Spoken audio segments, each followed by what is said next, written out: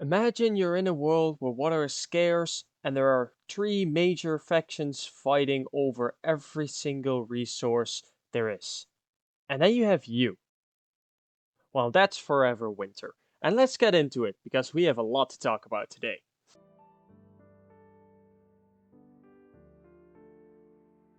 The game puts you into a third person perspective while you scavenge the battlefields for loot. Valuable items and water are the essentials that you're searching for. And when I say battlefield, I mean an active war zone with tanks, mechs, exosuit, helicopters, and more all over the field shooting at each other while you try to scavenge. Then there is you, alone, or with a maximum of 3 other friends. You are essentially outgunned in every situation and fighting is highly discouraged. However, this does not mean that stealth is always preferred. You see, when the factions are fighting each other, you, as the player, are not the direct threat, thus you will not be shot at directly. Stray bullets can still hit you though.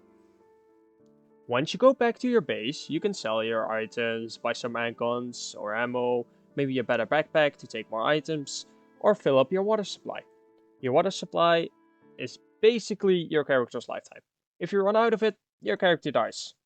If your character dies, you gotta start over with everything except the prestige that you have built up on that character, which is basically the leveling up system in this game. Now we got the basics out of the way, let's talk about the fun stuff, the environment.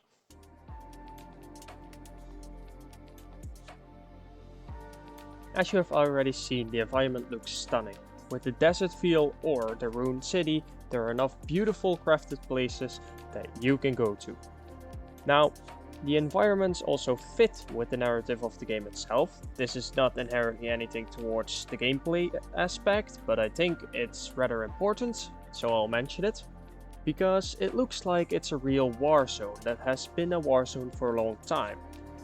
My only real critique with these maps is that from time to time they just lag. And I get it, this could be a personal issue, but I could play 10 times the same map without lag, and then the 11th time I just get 10 frames per second, and I don't know why. It just feels odd and out of place.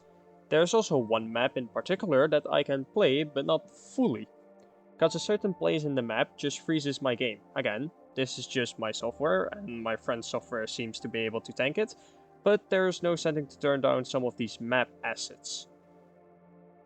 And I know there is a setting to turn down your graphics to low and it would still look amazing, but talking about some things that could maybe use some improvements, there's something that could definitely use some improvements. The AI.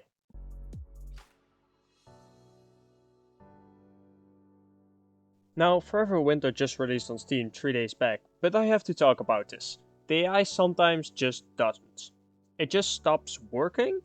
For example, this clip where an enemy flash mech thing goes on and stand on this tank, which is also an AI. This resulted in the flash mech not doing anything anymore, until the tank flew away. Like it literally flew. Speaking about flying tanks, what's up with that? Don't get me wrong, it's very funny, but it feels very out of place, almost like they are made out of paper clips. Sometimes the anime AI will just not spot you when you are like 2 meters away from them. All in all, that really needs some improvements. What also needs some improvements is not being able to bug through the map. Like there are places in maps where you can jump behind something and glitch behind a part of the map. It is very wonky and I hope it gets fixed soon. Now, if you glitch behind the map, you can also get out, but you won't be able to do anything there and you're essentially stuck for a long time.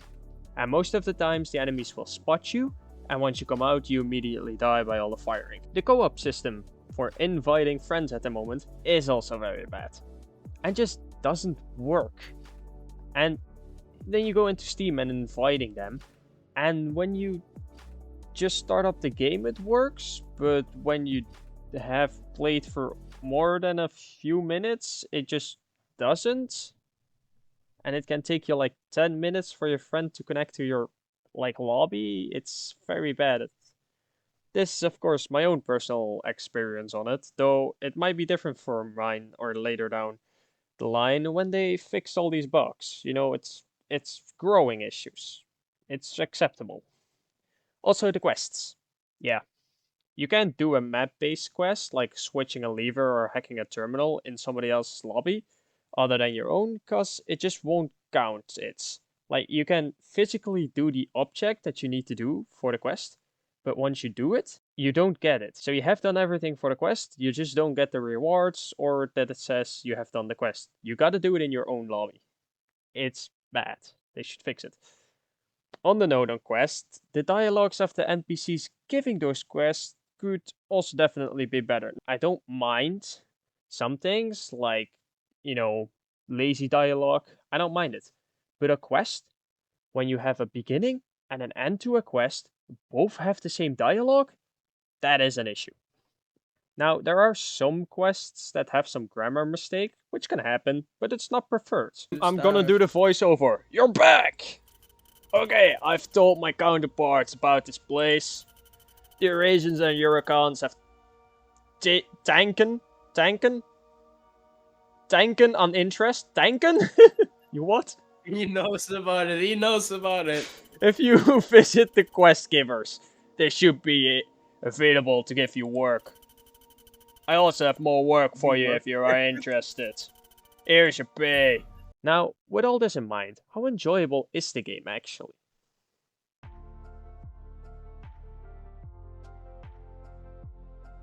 With already over 10 hours into the game, I can safely say that the game, in my opinion, is very enjoyable. Yes, the general gameplay loop is the same, but with all the different fighting between factions and different battle outcomes and enemy spawns, there's always something dangerous around the corner, making this game feel fresh on every run you do.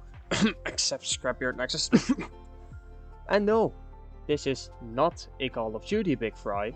If you are going into this game with that mindset, you are gonna have a fair firefight. You are wrong, and are definitely not gonna enjoy this game. You are at a disadvantage. You are not the main character. You are simply trying to survive. Now, is it possible to still go in guns blazing? Yeah, absolutely. At some maps it is pretty doable, but it just comes with an increased risk, because every weapon you lose forever. Until you buy it back or get it back from your grave, it's gone. Does the game feel incomplete at some places? Yes, but hey, what did you expect for a game that's out on Steam for 3 days? Perfection?